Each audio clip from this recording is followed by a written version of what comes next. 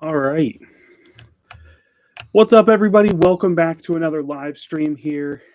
Those of you guys that write, wow, that light, that's much brighter than I was anticipating. Still working on getting the setup, like finalized and everything here, but we did switch things around. I got two monitors now hooked up, a new desk that I made. Very happy about this. Those of you following me over on Instagram have actually seen pictures of it already. But yeah, so just updating this setup. And today we're going to be talking about 6.0 Powerstroke builds. And we're going to talk about some of the best ones. Where I think a lot of people will struggle is when I say best Powerstroke builds, I'm not typically talking super high horsepower builds. I'm kind of talking about you guys that want to daily your truck, but want something a little more than what came from factory. That's really where we're going to focus on today as far as a lot of those things go. So stay tuned. It's going to be fun. Those of you guys just joining us, don't forget to hit that like button and get in the live chat to ask your questions, because of course we're going to be answering questions over in the live chat as well. So builds, we're going to talk about a lot of different ones, even like some that essentially achieve the exact same thing just through a little bit of a different route. I think a lot of guys really underestimate how much fun a relatively stock 6-liter is with a tune. I still remember when I first put a tune on mine and had a lot of fun. And then I got really scared I was going to blow head gaskets. I never did blow head gaskets. We did get a cracked cylinder head. That's another 6-liter related issue that we'll get into on another live stream. But we're going to talk about kind of a mid-grade build. It's going to be our first one here. What this is going to be for you guys that still want to use your truck but are predominantly looking to have just more fun with it. Joe, I have not looked into screen share yet.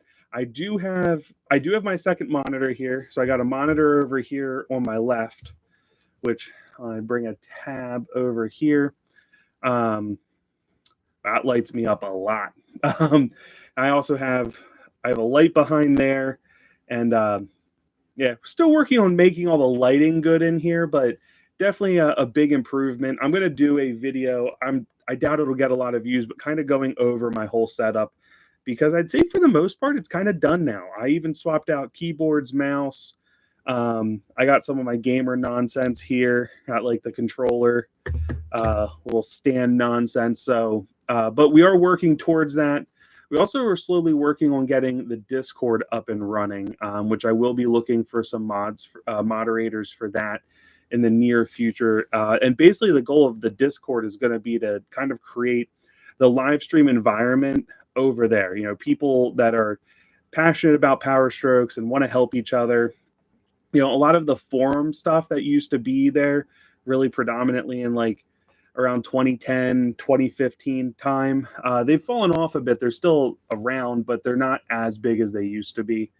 I want to recreate that with our YouTube kind of audience and stuff. Or if you for people that follow more on just Instagram. There's the one, or the Facebook page. Trying to just get all these different communities that we've kind of independently have grown together and hanging out, kind of communicating. But I do plan to still look into, I think it's Streamlabs is one of the big ones that's out there. YouTube streaming services. I think a lot of them are ones I also have to like potentially pay for. So that's kind of having a role as well. I feel like I need to make this one light brighter.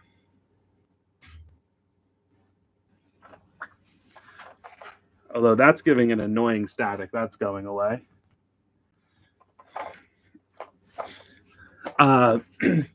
Anyway, though, like I was saying, so we have a lot of small projects in the making, and it's just kind of getting them crossed off the list.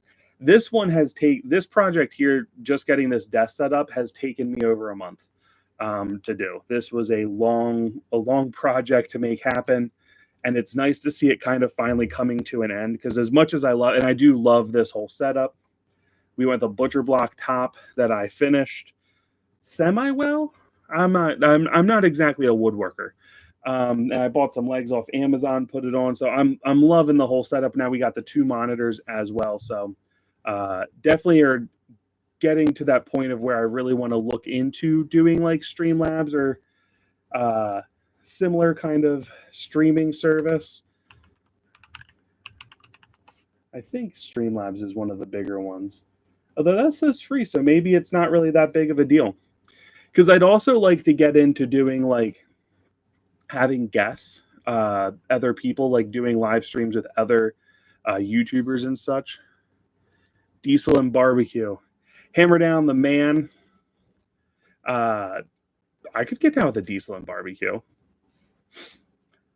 But it would be cool to kind of try some of these services that might let me have other people, so it's more than one.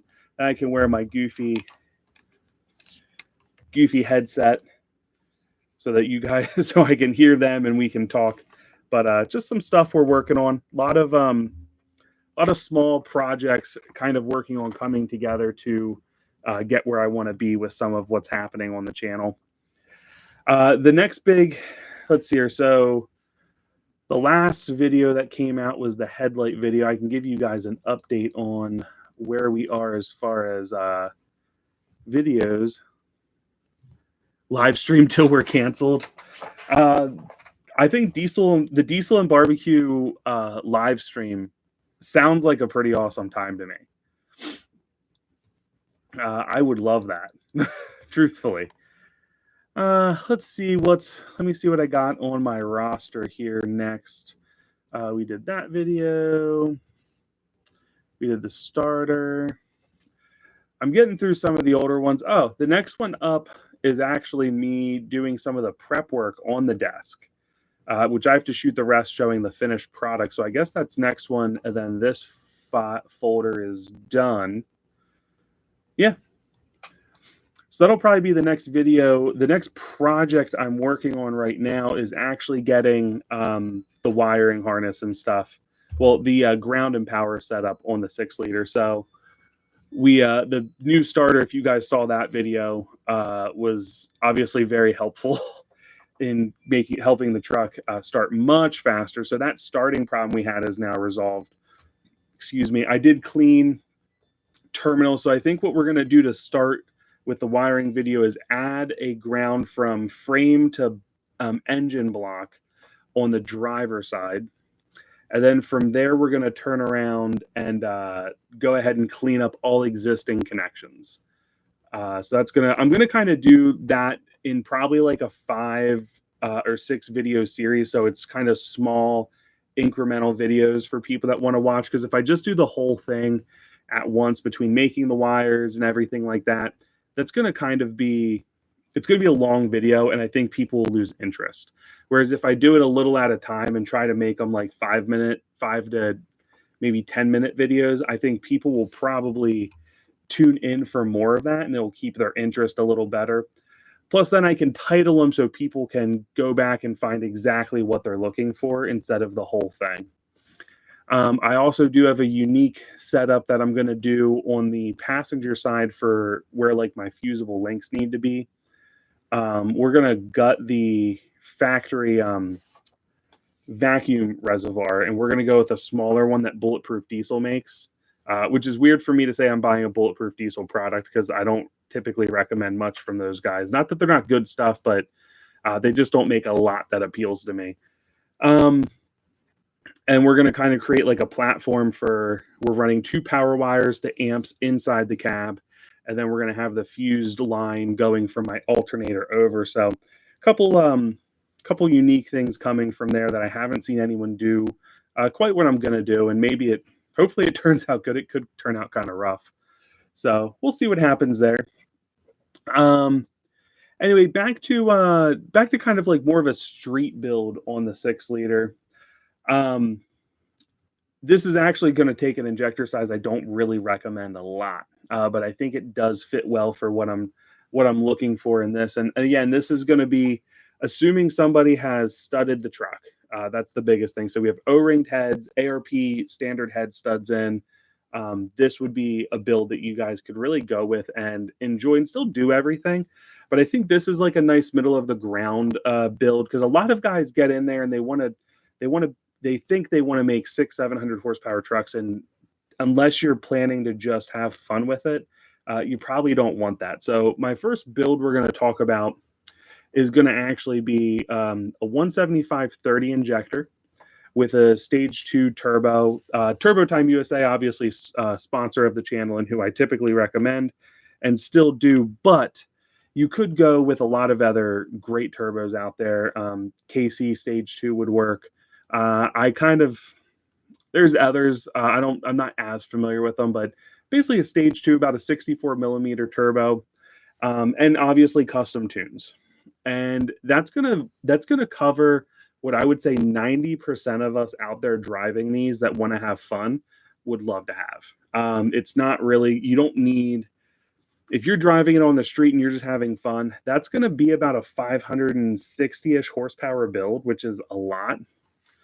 Those of you guys just joining us, don't forget to get in the live chat and ask your questions and just say hi. Always enjoy talking to everybody in the live chat. And don't forget to like if you're just coming in and haven't already. So anyway, but when you start talking about modding the 6-liter, I think one of the things that really goes unnoticed or not looked at, I should say, is really the supporting mods. So is your fuel system set up correctly to do this? For even a 175/30, you don't need a crazy fuel system. You need a healthy fuel system and probably a regulated return. Are deletes legal yet? Oh man, I hope that's coming. Let's Google it though. Hold on here. Is deleting diesels legal? It's the top search. Are still federally illegal in the United States, regardless of any recent news or rumors, and there's no suggestion they will become legal again.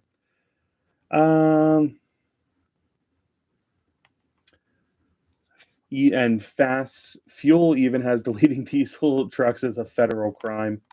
I mean, I guess it technically is. Though it looks like there is some... Holy crap, I feel like I need to do some research and do a video on this because it is nonstop coming up that this is what people are looking at. Anyone know... Hey, Eric, how you doing, man? Anyone know the door keypad fuse number on an 05? Guys, I do think I need to write this down. Sorry, I'm still figuring out where I want to put stuff on the desk. I need to get a coaster for it, for my drinks while I'm doing this. So, are deletes legal again?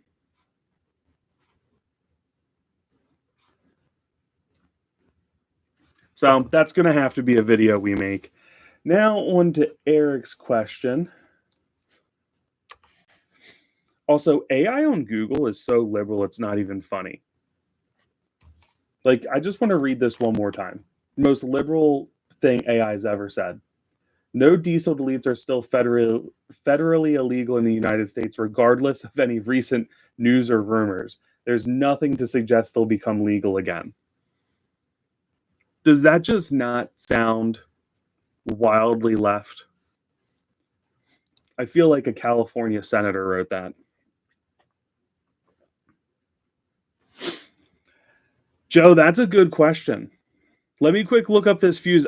Joe, I'm gonna talk about that because that's actually probably not. I'm probably gonna give you an answer you wouldn't expect. 05 6.0 Powerstroke. Let me tell you about the Trump voice. It's a fantastic voice. That's how I get canceled on YouTube. They're gonna kick me out for doing the Trump voice. Deletes are great. They're fantastic. And that's going to get me in trouble with the EPA right there. I go missing, guys. You know who did it. Hold on. 05 keypad fuse number. Let's see if we can find it here.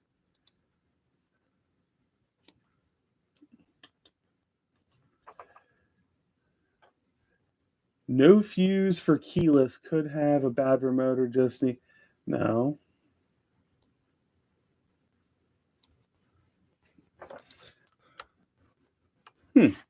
I would have expected that to come up easier, but it really isn't. What fuse is keypad on?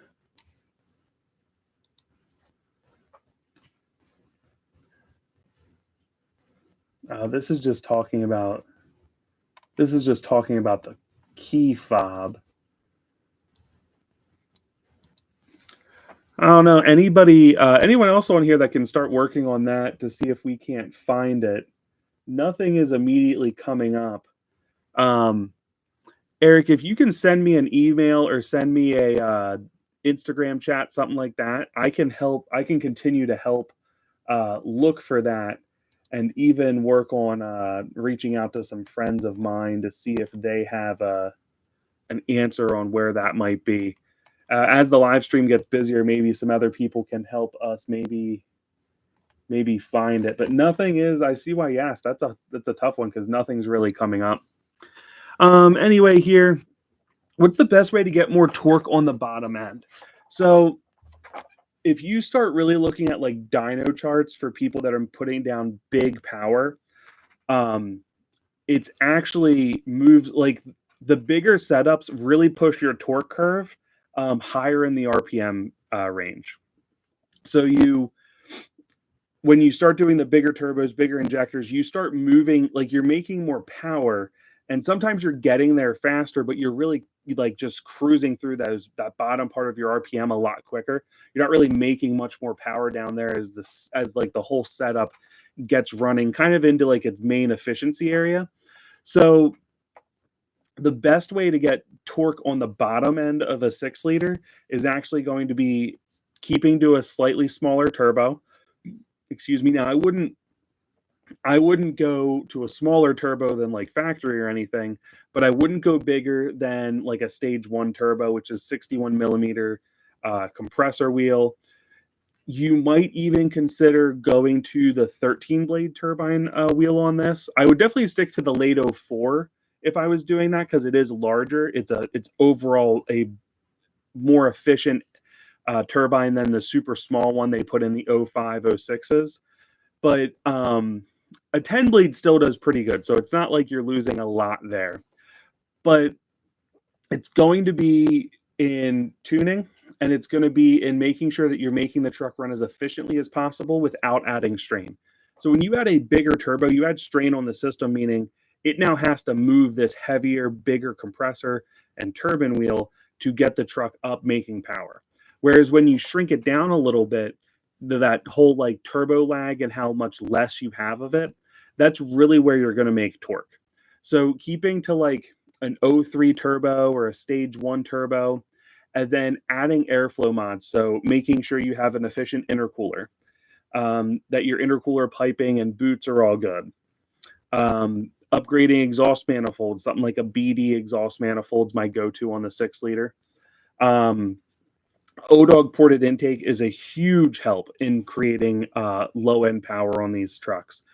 I know a lot of people hate on air filters, but if you're looking for everything you can get, adding something that has more capacity to pull volume in with less restriction is going to be helpful as well in creating that bottom end grunt. The downfall of focusing on torque down low is you do have to sacrifice up top performance. It's kind of a little give and take. What you'll notice, and most people on a setup like what I just listed, and I honestly think stock injectors would be fine for something like this. Certainly no bigger than like a 175 stock nozzle for like kind of more of a torquey, trying to get a load moving on your truck.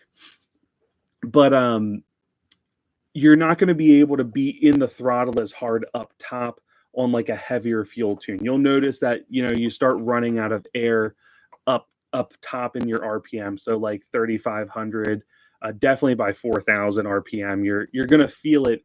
Whereas if you swap turbos out to something larger, you'd notice additional lag down low, but you would notice that you're pulling much harder up top. So it's a little back and forth.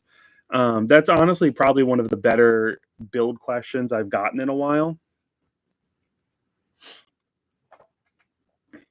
Eric, yeah, I agree. A good turbo would, but I've tried a lot of different turbos at this point, and they've all had areas where they were better, where this was a little better. Like even if you look at how Ford did it, so Ford continually shrunk the 6-liter turbo in its production.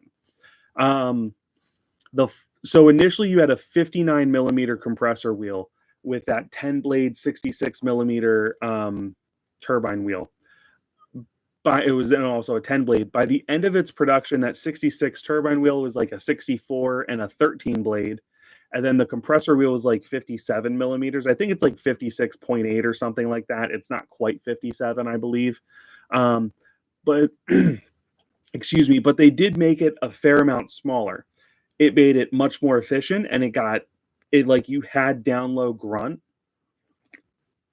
However, where you sacrifice a little bit is on the top end.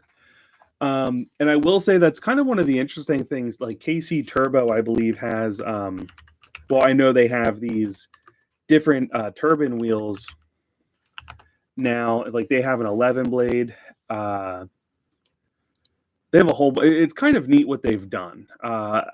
Realistically, in the near future, I would like to review one of their turbos because it's been a long time since I've really been in a truck with them. They've had a couple renditions since then. So it would be kind of cool to see how far they've come. A lot of people are raving about the 11 blade. And they have some interesting, I'm trying to see if I can't find it here. They have some interesting graphs on it and how it's doing. I don't see where they had it, but it really is a neat idea. They're saying the 11 blade has outperformed the 10 blade, which I don't quite understand how you do that, because there's going to inherently be more back pressure, but they're saying it even made more horsepower. So that's kind of interesting. I'm not saying that they're not correct. I'm just saying it's different than what I would expect. And it's definitely a neat it's definitely neat to see that coming out, that like here we have a 20-year-old setup that's still getting some kind of innovation here, even though it's been so long since these things left production at this point. So definitely neat to see what they're doing over there. But yeah, when you're making that power, you got to kind of pick where you want it. Do you want that down low grunt, or do you want up top performance? Because we can't quite have it all yet. We're getting further, and tuning has been helpful. Fickum tuning would also definitely help in bottom end, like low RPM torque. That's been shown to be a huge help in a lot of different dynos. We are getting ready to start messing with some of those things as well on the channel finally. The 6 liters running pretty good, so we're going to definitely continue to mess with those. Hey Joe, how you doing, man? A 30 amp fuse blew, had to search for it. It was on the fast electrical line. I had to replace hub assembly, tie rods, drag link. Well, dude, I'm glad you got the truck running, because I know you have been through it on that thing. And gosh, I feel like we've been talking about that for so long, but I'm glad to hear that you got it running. Was your buddy that came over and helped? Was he the one that was able to help you figure it out, or did he, like, how did that process go?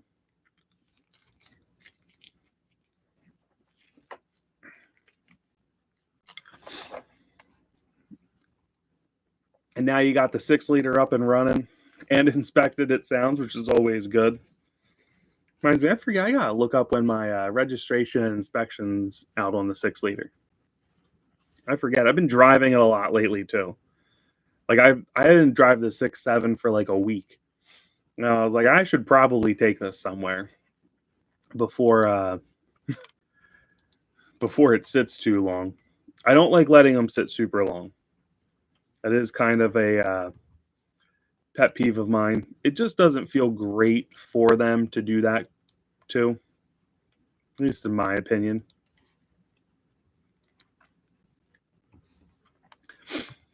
But I'm trying to think in the one other thing for low end. This isn't so much a direct power adder per se, your wheel and tire combo dictates a lot on these trucks, especially with the 5-art transmission is excellent.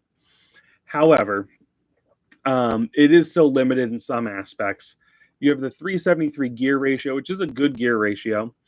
But man, do you really feel it when you start putting, 35, 12.5-inch tires, which I love those tires, don't get me wrong, but they're so heavy. And that rotational mass at each wheel that you create does really slow the truck down a lot more than you realize. At some point, I plan to switch normal size tires on it, and just kind of like do a little comparison about like how much you really lose going to such a big tire. So that'll be a fun video. I think I'm going to probably hit my buddy Steve up for that one.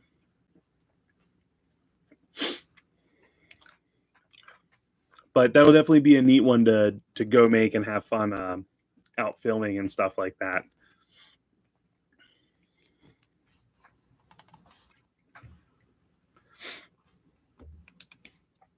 Now I just got mad and looked at it, found it. Yeah, man, sometimes that's how it is. Like it's weird. Sometimes you feel like you need to take a step away from a project because it's super frustrating and you're kind of at your wit's end. And then other projects, sometimes you need to get frustrated to go find the thing that's driving you nuts. The starter on the 6-liter was kind of like that for me. Like, that's what led me to the idea of trying to chase down this wiring harness, like this grounding issue that I was like bent on, like, this is it, this is what's causing it. And then as I was looking around at stuff, I realized that the solenoid was messed up on the 6-liter starter I had. A lot of you guys probably saw that video and realized how messed up it was, and it was just staring me in the face once I went in to go look for it. And yeah, bad solenoid is what caused it. Now, don't get me wrong, I am glad because I do now have the stuff to do the wiring harness, and I'm excited to do that project and build a few kits. I've learned a lot. Some of you guys may remember Too Many Toys he has a great set of videos on grounding. But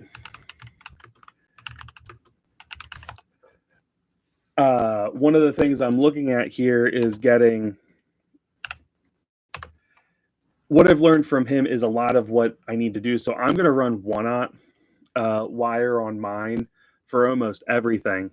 However, I think a lot of the kits, I found like some pretty good deals on 2-aught stuff that's still oxygen-free copper that's tinned, which is what you want to help prevent corrosion on these in like this application, especially those of us living where we use a lot of salt in the winter. But yeah, so I found some what looks like pretty decent stuff. Anchor, tin copper battery cable, 2-aught. For a 25-foot roll, it's $122.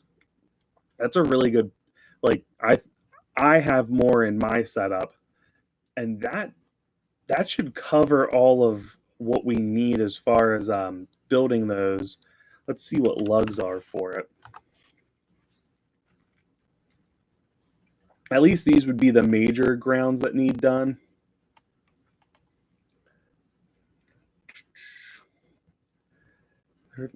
So probably like I want to say like maybe $170 in stuff to maybe $200 to create these. So that's probably the route I'm going to go with the kits I build for other people. There'll be a few exceptions for the 1-aught. Like I'm going to do 8-gauge Fickum grounding and fender grounding. Oh, Joe, absolutely. Honestly, when I was looking at doing this, I reached out to him to get his opinion on what I was looking at doing. And he was a big help in helping kind of decide how I wanted to move forward with the project. And 1/0 really probably is sufficient enough for all of your upgrades, and then again, like the 8 gauge for like the Fickum and fender grounding. Well, I guess it's technically Fickum and ECM grounding. All of those things, but the 2-watt here for, let me check the price. It wasn't much more. Yeah, it was like, so it's essentially $20 more for the same thing, and that just seems to make perfect sense on going with it. Like the return on investment, and that's pretty good. Like I said, on my truck, I'm going to do 1/0 and it'll be fine. But for the kits I'm looking at making for people, I will most likely be doing the 2-watt. And the 2-watt for the, like, I have a 4-watt for my crossover cable, and it's too big. Like, I'm leaving it on there, but like, I was talking to Too Many Toys, and he told me, he goes, a 2-watt on top of the factory wire that's there as well is going to flow everything you need. There isn't really a point to doing the 4-watt. I mean, other than looks, but I gotta tell you, I don't think it looks that, like, I think my wire looks nice, like how I set it up, but it doesn't look super great in the sense of it barely fits. It's a super tight fit. It looks kind of out of place where I want to design something that looks factory, like doesn't look like anyone did anything. So, and he did give me a website. I have to go look for it. It's in a message I have with him, as far as like a place I can send people that are looking to just get stuff now, or would rather just buy from a vendor. There was someone he recommended. They were actually really reasonable. I think like a $350, $370 kit, something to that effect. Trying to see if it's in my search history here. Must be further back. Also, guys, how's my audio today? I just want to make sure it's not getting a lot of like echoing or anything like that where I have my microphone. Is it coming through clear? Am I coming through clear? Is it too loud, too soft?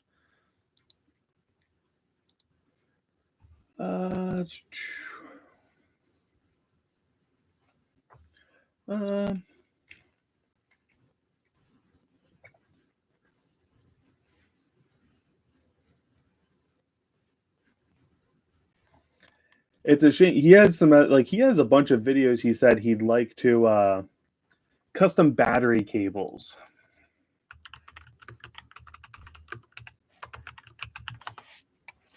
That's where he's at. I went and looked at their kits. I was actually really impressed with a lot of how they're doing it. They just seem to be great kits especially for the money. So let's go to 6-liter stuff.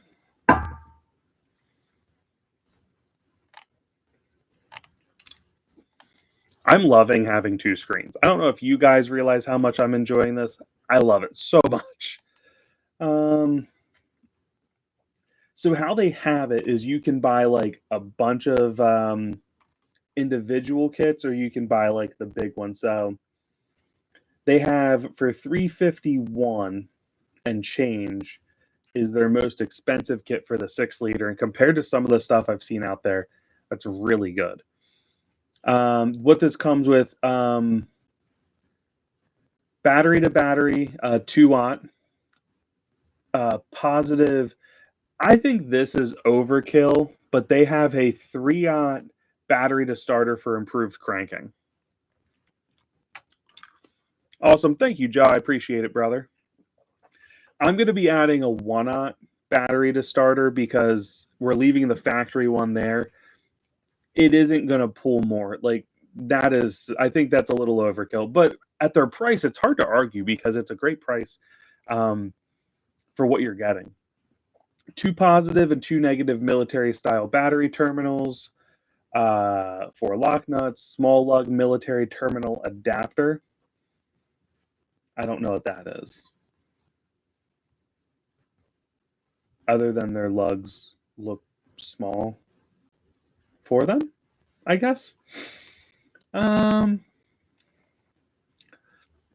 Another thing I like here is they give wire loom. You want to protect this wire, especially it's going to be going over hot places. Like this is something I'm going to add to mine. My one under like the crossover on mine, because it's so big, it's going to be kind of hard to add wire loom to it.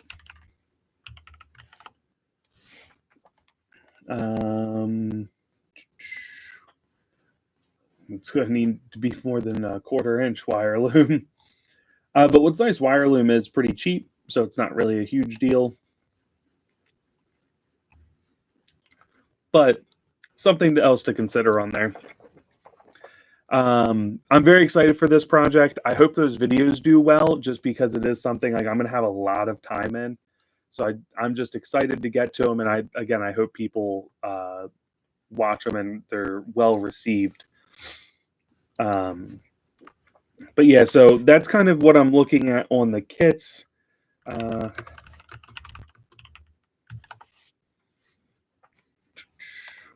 Just seeing if there's any like special high temp stuff out there, just because it does get hot under there. Split braid sleeve cable for high temperature automotive harness. So it looks like there's some stuff out there. That might be what I go with.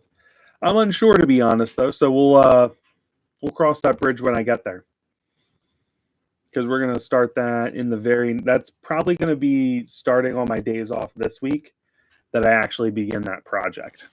So stay tuned for that. Also, the live chat is very slow today. Nobody wants to get in, I guess. Just quick going over some stuff here. There we go. Well, anyway, we'll keep moving forward even if the live chat is slow. The next part of the build is really going to be when I think if you're using your truck strictly for work, but you want to do a build on it, this is what I think people should be doing. And it's kind of a lot of what we talked about with the low end grunt a little bit ago that Joe had asked about. What you want to do is, again, it's optimizing airflow. This is one thing when I was doing my original build on the 6-liter, I kind of harped on a lot, because I really believed it to be the answer to just a really efficient, get good fuel economy, make great power, not put out a bunch of black smoke. And it's really all those airflow modifications. It's the intercoolers, exhaust manifolds. Your intake manifold is huge on the 6-liter. The restriction on the factory intake manifold, it's wild. I get why they did it. Cost of production is what they need to focus on, so that's what they did. But it really was just a wildly ineffective intake manifold for the truck. Lots of obstacles in there. And it just, by the time air was getting to the rear, there was so much difference in oxygen getting to those, or I should say air getting to the rear cylinders. And it cut the power a fair amount. One of our subscribers recently put it on, noticed a massive drop in EGTs on his towing setup, and is just thrilled with that intake manifold. I think that and the factory intercooler are two of the biggest weak links on the airflow side of the 6-liter.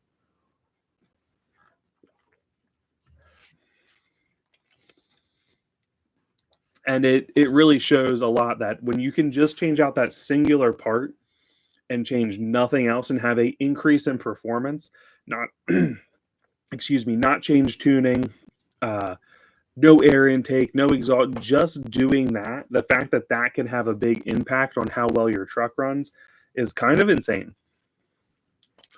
Now, I will say this, I am a big believer in go ahead and do those other modifications, exhaust, intercooler pipes, intercooler, all those sort of things, I think are definitely, must-dos for the truck. But it is kind of crazy just how a small difference can really impact the 6-liter.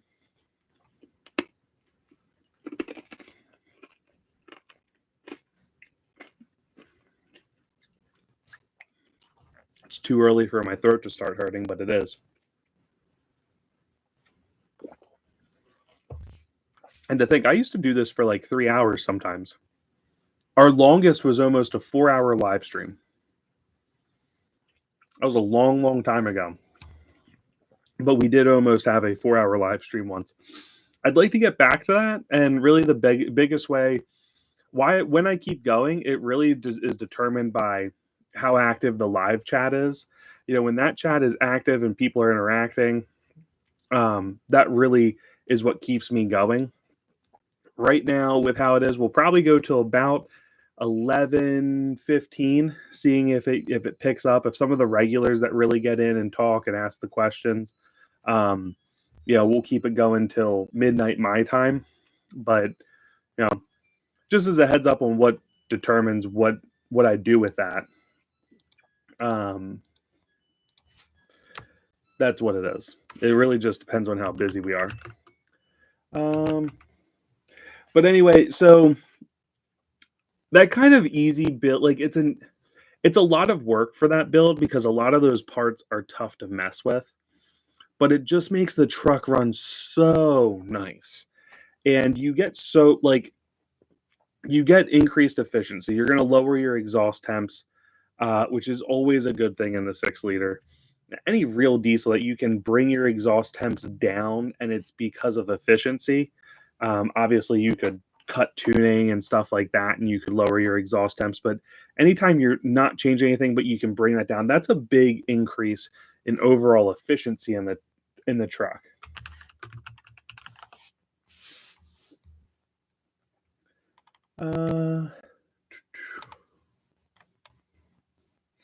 Anyway, so just something to keep in mind, guys.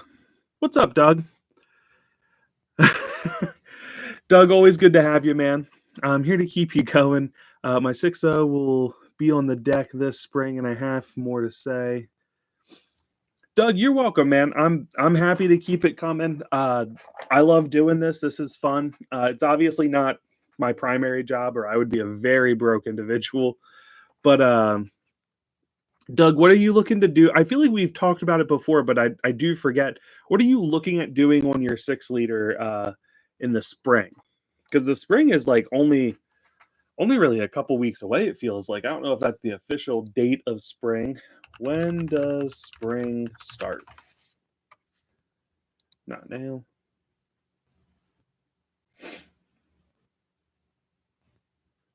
Hey guys, we're in spring. I don't know if anyone else, Doug, realized it. I see him saying now. That's funny. So what are your big plans for the truck? What are you looking to do with it? And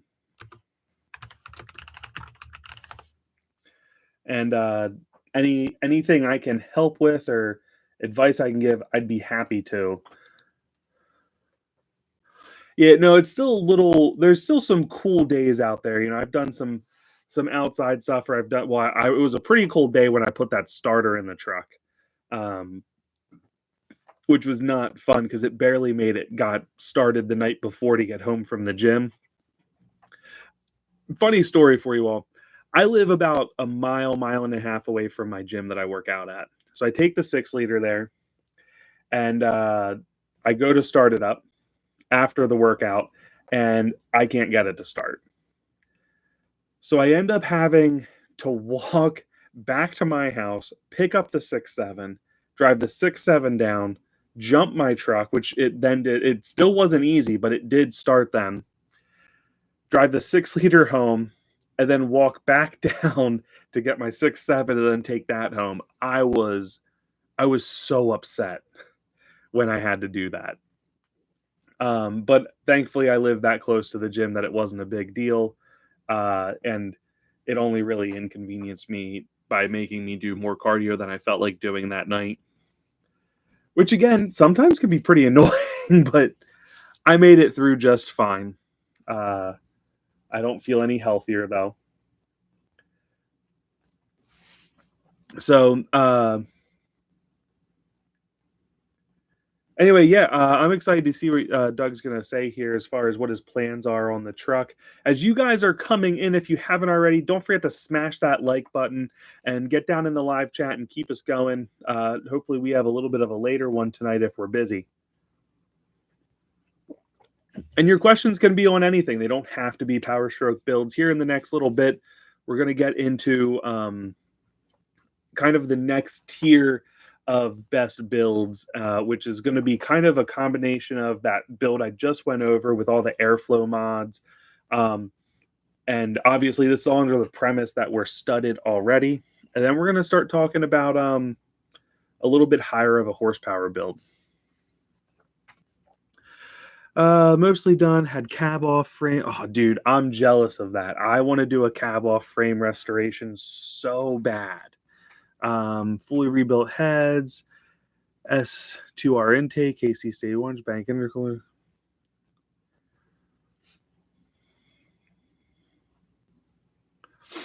Oh, nice. So that's not a bad spring project. What I really should do is I should do a video going over how my fuel system is. I'm about to do the Harpoon mod on the truck, which obviously for later year trucks isn't as big of a deal, but on the earlier ones, it helps a lot. So, Doug, if it would be helpful, I can go over how I have all mine done in a video here. I can talk about it tonight, but I can actually show you my whole fuel system. We have a sump, fast lift pump on mine. I do think between fast and AirDog, I do think getting the best value because I think they're both have come so far. They're both very reliable at this point. There was a time where maybe they weren't as reliable. I know AirDog has gotten some heat in the past. I keep trying to type on this screen, and I mean to come to this one over here.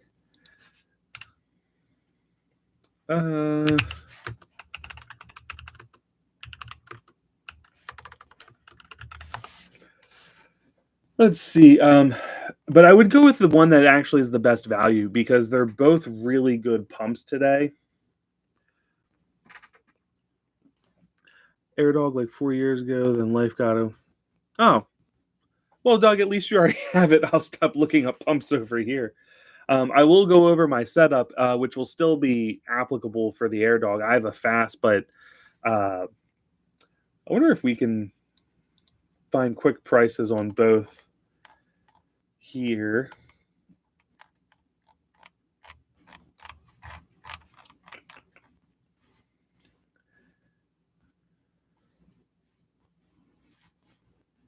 There we go. Let's see here. So there's an AirDog 165 5G for $734. And here's a fast 140 for $759. So very similar, a little bit different. Fast goes way up from there. Their next step is a 220 for only like $70 more. That's not bad.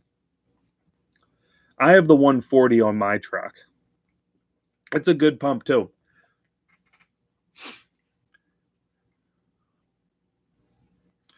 That's going to be a nice setup. The sump is so nice.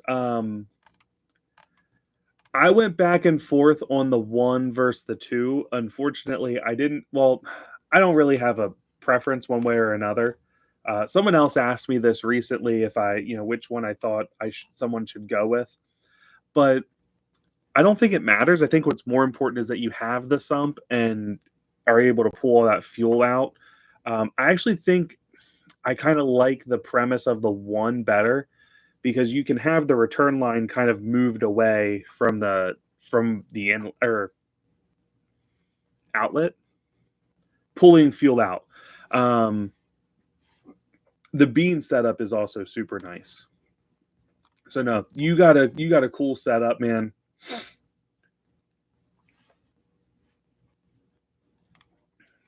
Just looking real quick here. I should go over mine. I actually haven't done a video on my system since the last 2 mods. So at one point, we pulled the factory. A lot of people leave the factory pump there. Mine's out. So the factory pump is taken out. I guess I'll start at the fuel tank and work my way up. So we have I forget the brand. It's probably an off brand from a local machine shop, but it's a two-part sump in the tank. So I have my return and my outlet are from there. Um, it then goes over to my fuel pump, which is mounted up higher, so you can see it, but you can't see it super easily at the same time, which I do like. I don't like the fuel pumps that are hanging down super low. Maybe if it was like a drag truck or something, I would think that would look kind of neat. But on an everyday truck, I like them tucked away and kind of protected by the metal around them, so to speak. Um, from that, we took the frame mounted factory pump off. So that's not on there anymore. And we just ran lines all the way up. I do need to change. So I do plan to be doing a fuel bowl delete on my truck. Right now I have a regulated return. So I have the factory fuel bowl there. The regulated return brings the lines up from the back of the head up to the regulator. That in between, some of those lines are kinked, so I would like to just replace them. So, but that's what I have right now. I would really like, I forget the brand. I forget the brand of, I think, it's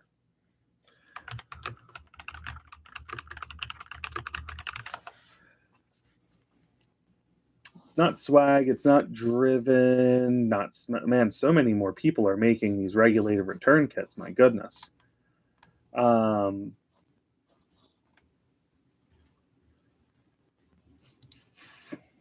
I cannot for the life of me remember it. Blessed, Extreme Diesel has one. The Smedding kit looks kind of nice, to be honest. All kidding aside. I don't know that I'm their biggest fan, but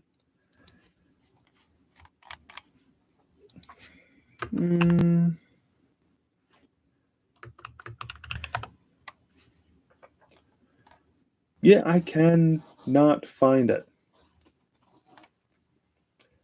I know it's not as big of a name as some of the other ones out there. But man, everyone's got a freaking kit, let me tell you. Check one more place that might have it. Of course, Sinister has a kit. Anyway, but I'll be showing the fuel bowl delete on. I'll be doing a video on that and replacing the rest of those lines. There's not many factory lines from like right by about where the engine block starts up to the fuel bowl are the only remaining factory lines on it. I'm getting in here late, but what's the cleanest way to monitor fuel pressure before you go all nuts on the fuel system? Greg, great question, man. So what I've done, I'm going to be changing it up in the future for me, but mine is plumbed in. There's a test port on the factory fuel bowl.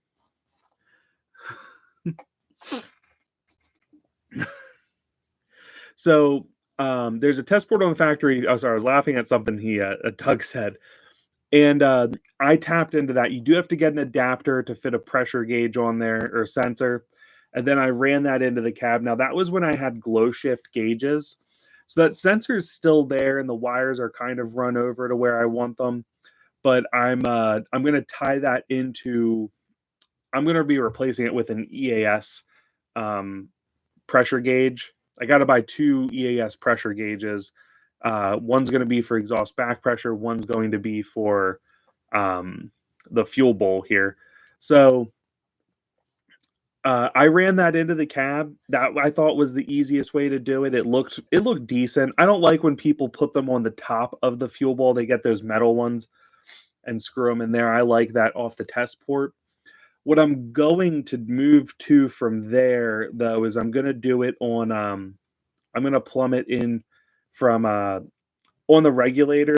I have a gauge on there now, but I'm going to undo that at some point. Put my pressure sensor in there, and then kind of try to follow the factory harness and then run it over into the cab. I think that's the easiest way.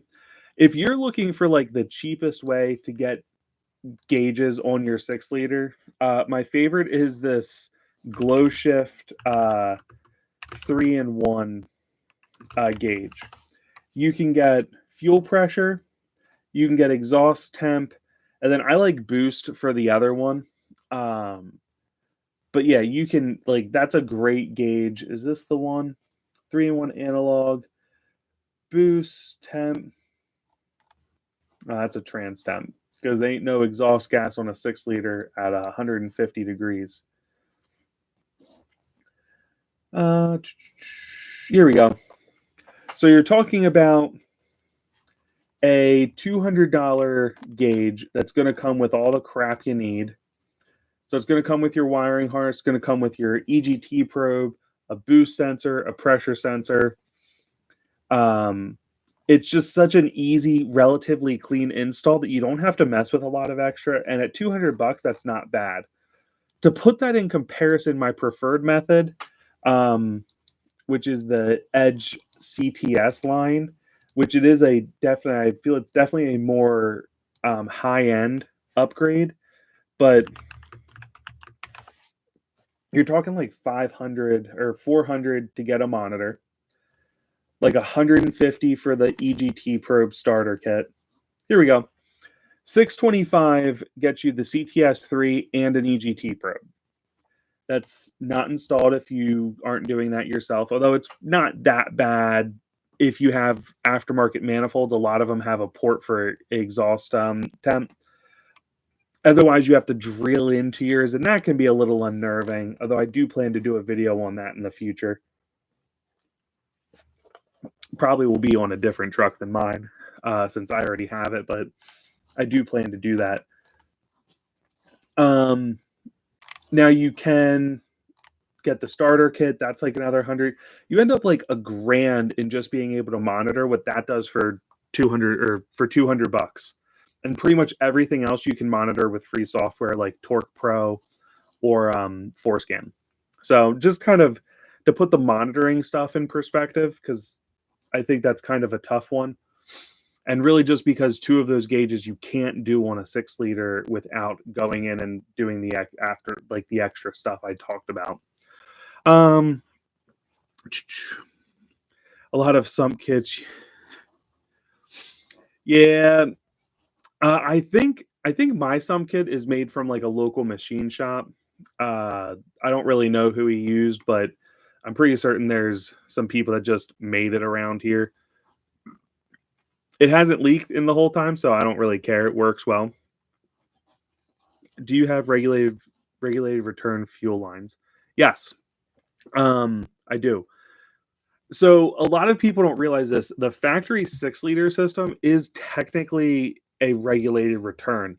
What it is not is there's a deadhead, meaning that fuel can't come out of the head. So if you have air in your line, its only way out in the factory setup is through the injectors. Whereas when you do regulated return, it pulls that fuel from the back up to the front, and then it'll return through the factory setup. Now, again, about where the engine block starts is up where I have like aftermarket lines and stuff like that. So it's not quite the same. It's just the metal disc shouldn't be too hard. Ain't that the truth? Don't mess up the gasket is about it. But yeah, no, so it is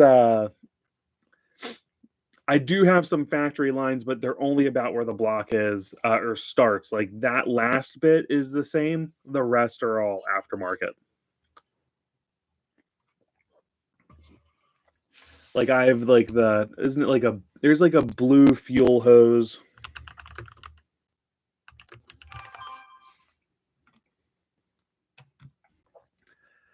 Yeah, like the fast 1/2-inch stuff. That's what I have. Like, so I have pretty big fuel lines up to the factory stuff.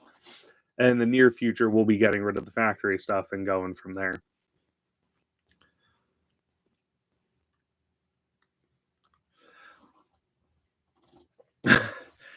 I crap on Sinister all the time.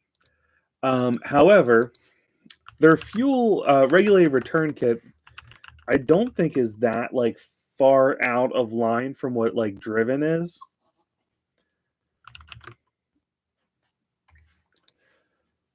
Let me see here. And I will say a lot of these kits have a lot of similarities. Like my setup is not that different than this Sinister kit. It has an alarming amount of similarities to it, if it isn't almost exactly the same. Like I said, I do forget what my kit is, but it's very similar. So $866 kit.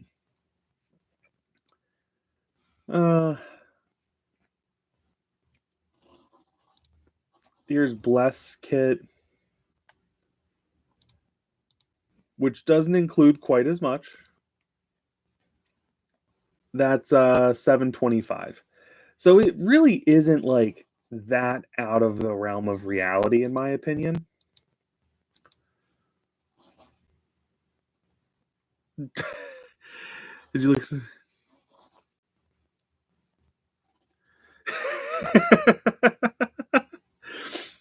From China. I do agree. I don't know where they get off claim. Like Sinister does have the occasional product. I'm pulling up their air intakes now because this is something I struggle with. So here we have all their Powerstroke intakes. They look to be exactly. They look to be exactly the same as all of the China. A lot of the China stuff. It looks to be exactly the same, just colored different with a filter that says Sinister on it. I struggle with it. I can't help but say it. I struggle with it. I mean, almost $500 for their 6-liter air intake. Like that's insane. Their 6.7 air intake is $540. On what earth? $600 for their intercooler pipes that are literally just China nonsense. Like, I mean, unless something's changed, I've looked at reviews of these pipes and they all are pretty much the same from what I can do or from what I can see. Now, I will say this, they do have a product I'm interested in, and that is the 6.7 cold side intercooler pipe. Looks pretty cool. They're one of the only ones that do it how they have their set up. I refuse to buy it because it's expensive. Like my gosh, is it expensive? Where is it as a single piece here? No, it looks like it's actually come down a little in price. I'm still not buying it. $339, $340. So $340. There's a bug here. It's gonna drive me nuts. I think I got it that second time. Yep, there it is. Sorry, guys. So some of those things do drive me a little nuts. I will say that. I do like their intercooler pipe for the 6.7. I don't see anyone else do it quite like they do. So they definitely don't have all of their stuff manufactured outside the US. But I do believe them to have a fair amount of it, even though they say not.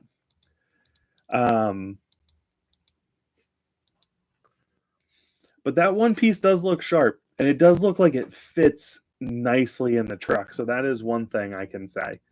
I don't see me buying it. What I will say I do plan to buy is the pusher kit for the 6.7 because I think that's a sweet setup. But yeah, as for the regulated return, it is one of the few things they do that I don't think they're like wildly in left field on. Again, emphasis on few things. But overall, and it looks like a nice kit, truthfully. I have nothing bad to say about it in that regard.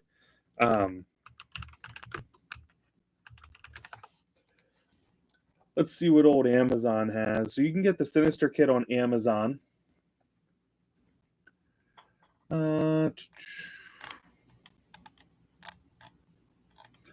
would have thought you could get Driven Diesel on here by now. You apparently cannot. I will say this: the ease of dealing with Amazon. Now, I will say, let me come back. There's a couple of things I need to do on mine. I need to upgrade my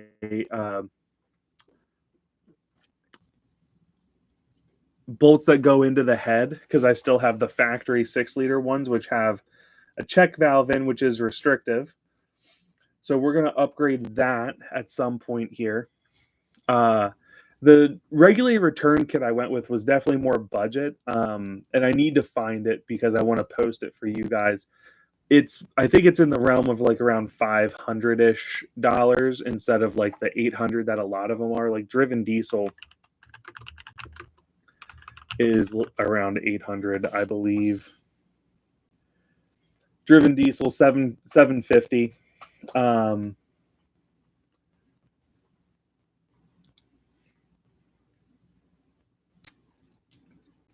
That's for, I was going to say, what part of it is $600?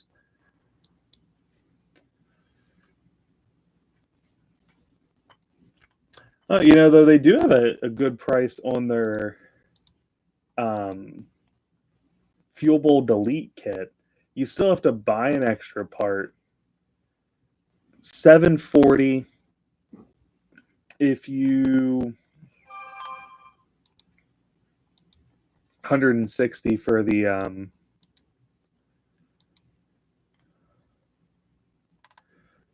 $160 for the fuel, or for the oil filter, or like the oil filter housing that you need. So that's kind of neat. The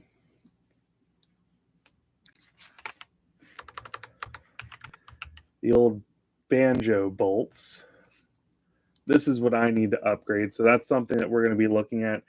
I'm not planning to go to like the super cheap ones here. You can get like super cheap ones on Amazon, and I don't plan to do that. I kind of want something a little more premium, and it's probably not really a big deal because it's getting regulated on the backside, but I still don't want to, like, I've done all this relatively nice stuff to the truck.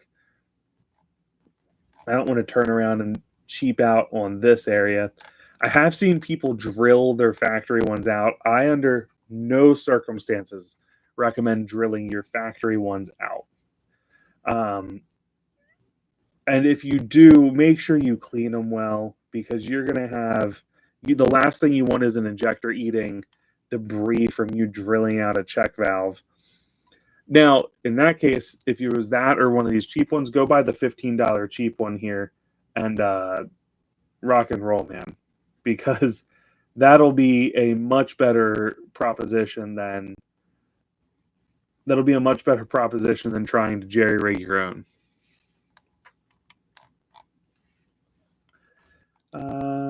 There isn't any nice ones on Amazon, which is always upsetting.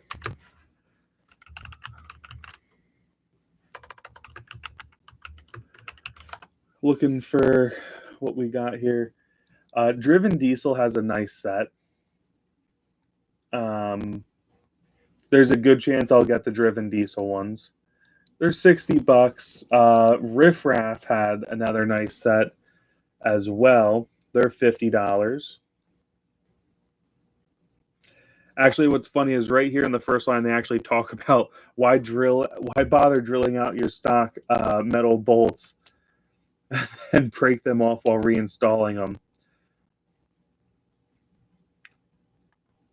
Which they look like theirs actually has the most amount of flow, like how they have them set up. It's probably not a big deal because, again, Driven Diesel has done it for a long time. And people love their their setups. Track Tech High Flow copies the riffraff setup. So yeah, that's going to be a mod coming this summer as well for the 6-liter. Man, there's all sorts of kits on here, all over the place. Some cheap, some expensive. We'll see. Frank, what's up, man? I'm gonna say I was just about to end this, but since it looks like you have a good question here. Looking to buy an 06, 280,000 on it, not studded, well maintained. Should I worry that it's? No, I wouldn't worry about that personally. I mean, be aware of the legal aspect of it. Like I'm certainly not legal advice. So strictly from like a is your truck going to be okay standpoint, I wouldn't worry about it. Now if you look and there's like an inch of rubber on his rear fenders from him doing burnouts, that's a different story. So yeah, no, that's definitely something I wouldn't be super concerned about. There's a lot of people that did that in a way to try to like provide preventative maintenance. If anything, from like lifting your head standpoint, it's probably a good thing. Again, not legal advice, but it probably isn't. I wouldn't super worry about that. Does he have a tuner for it, or did he say if he's ever tuned it? Just writing down a video thing here.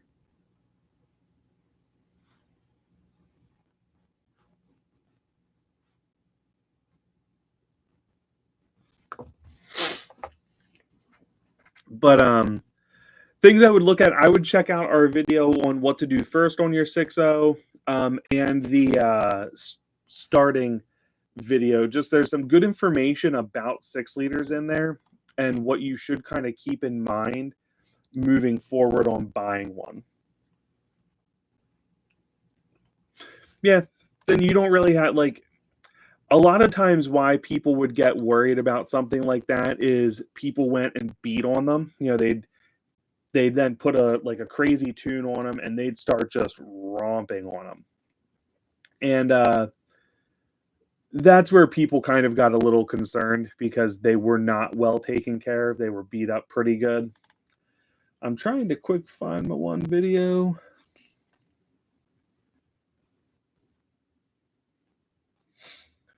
Here it is, the no start video. So 6.0 Powerstroke no start diagnosis has some good information in and things you should be looking for on like a monitor. I would definitely download Forescan or Torque Pro to like your cell phone and be able to monitor the truck a little bit when it gets up to operating temp and such.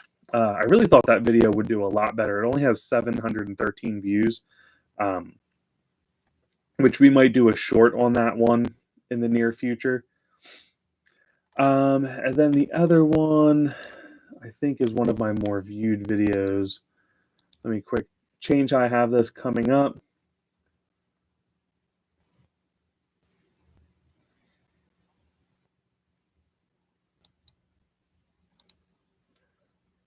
Let's see. That's weird. 2 of my videos are out of order. What to do first. So yeah, then I have 6.0 Powerstroke, what to do first. And those 2 videos are going to talk a lot about things that you should know. So those factory step bars, nice. It sounds like it's a nice clean truck. I don't think you have anything major to worry about. Watch those 2 videos from me because they will really go into a lot of detail on what to look for to make sure that the truck's like you can have a really well maintained truck and then have something going wrong. I know, for instance, on Josh's truck at one point, he didn't realize his Fickum was dying. And Josh knows how to maintain a truck. It wasn't like he was doing something wrong. Fickums on these can go from poor charging systems, trying to get batteries to last longer than they should, things like that. But Sorry, I'm keeping like video ideas. When I do this, I always have video ideas and I forget to write some of them down. I don't know what, wait, hold on. I don't know what this random color here is in the background. Anyway, but something could be happening with it that he doesn't realize there. It doesn't mean he's trying to, screw anyone over or anything like that. He just might not be aware something's happening. So that is the one thing I would do is watch those two videos. Like I said, a lot of good information on what to keep an eye out for. And then I would go, then I'd probably go take what you learned from those and go give that truck a good once over. And how do you check FICM when looking at a truck to buy? So excuse me, sorry. There's the biggest way to do this is to have like Forescan or Torque Pro on your phone with a OBD2 Bluetooth adapter. In those videos, I have links to Amazon. Like I just bought literally one of the cheapest ones. I have like $8 to $10 on Amazon. Torque Pro, I think, is $5. Forescan you can download on their website for free. At least I believe it is still, because it's the light version. It doesn't.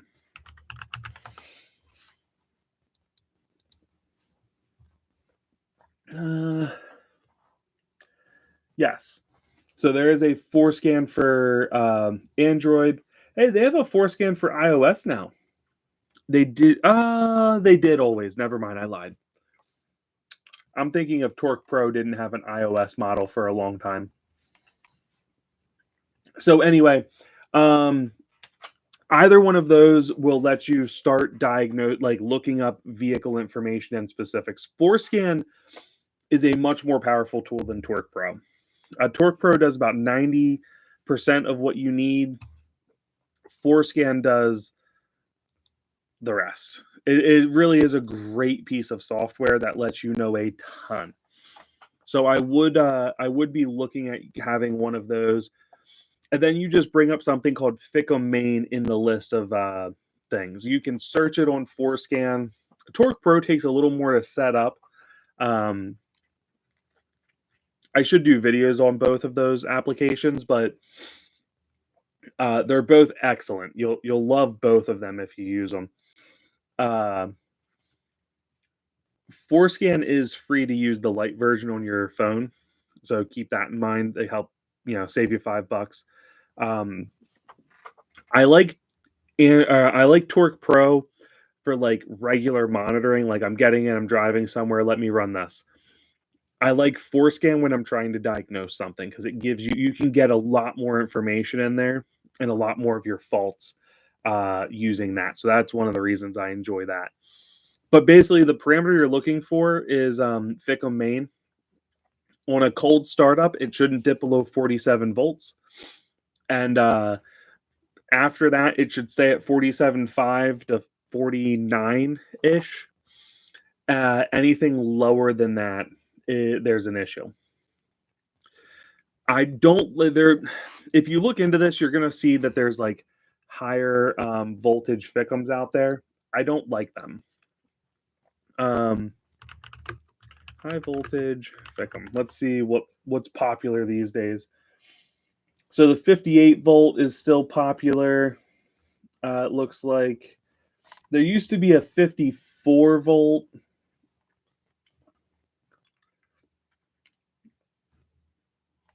As well, and a lot of people did.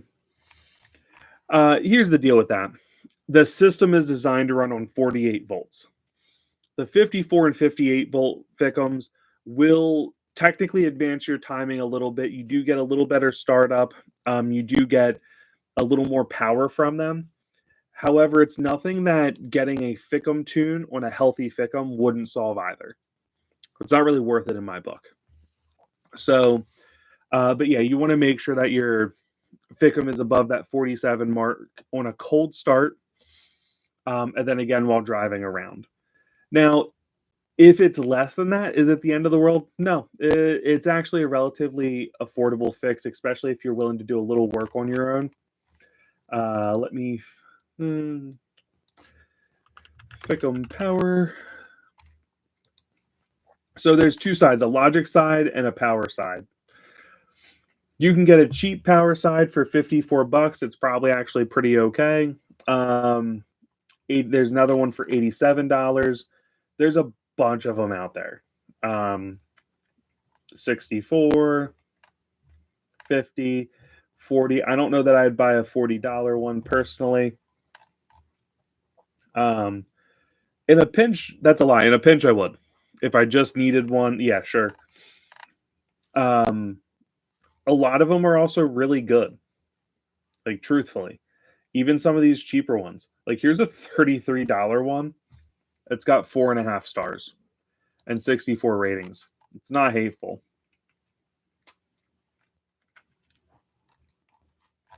Now, there are some bad reviews on there.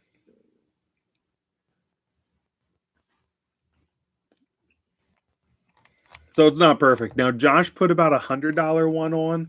It was a little different at that time when we did that. There wasn't as many of these around. I personally would probably stick to like more of the mid grade. I'd probably be the one around 100, $80 to $100. Again, some of them are probably perfectly fine. But again, that's what's nice about Amazon review.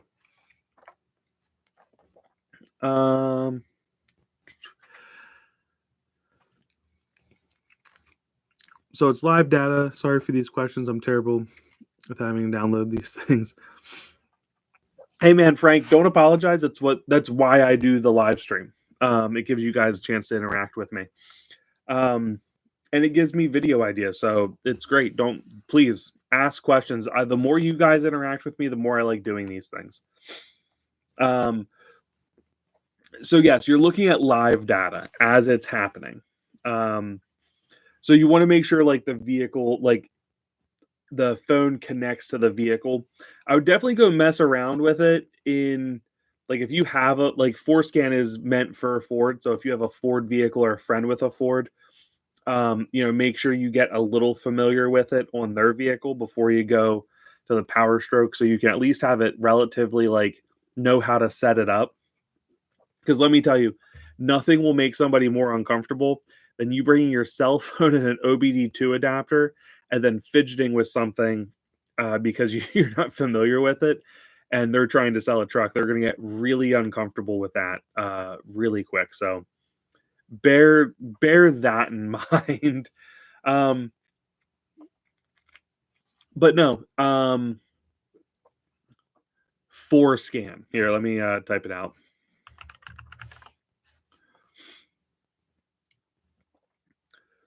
But yeah, you're able to look at live data as the vehicle's doing it. So when you get it hooked up and like, battery voltage should be up there as one of your parameters you're keeping an eye on, it will literally tell you what it is and you can see how much it dips while the truck's cranking. I can't remember if I have any old videos on, like, I think I show it in this video.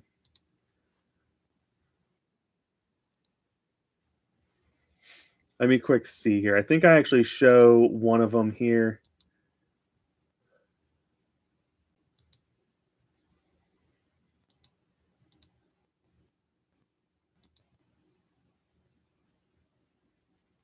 Yeah.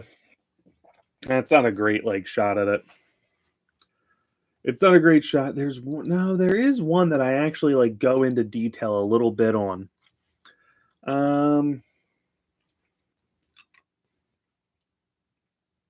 Was it the what to do first? Let me pull this one up.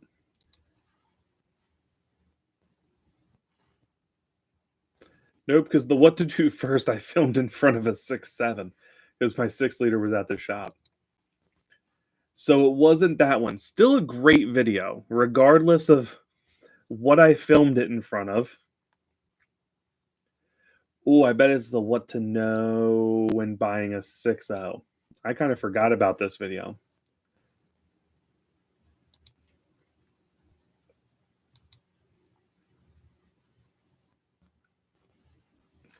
All right, so I'm going to send you a link to this one because I go over Torque Pro a little bit in it. It is not... That video talks about buying a 6-liter, about things you should know before, and I go into, like, I kind of show Forescan a little bit, or excuse me, Torque Pro a bit, and I talk about some of the things to keep an eye out for in it. So that should be helpful for you. I should probably remake that video. 2 reasons. One, it's done well, and 2, it's getting old and it could probably use an update. So, Frank, does that help? You have any more questions for me, man?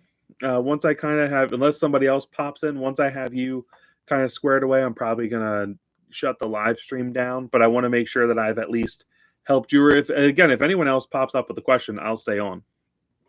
That's what I kind of do.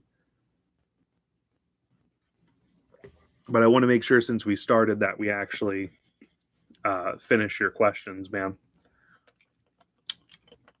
Especially because part of my answer was just to go watch 3 videos.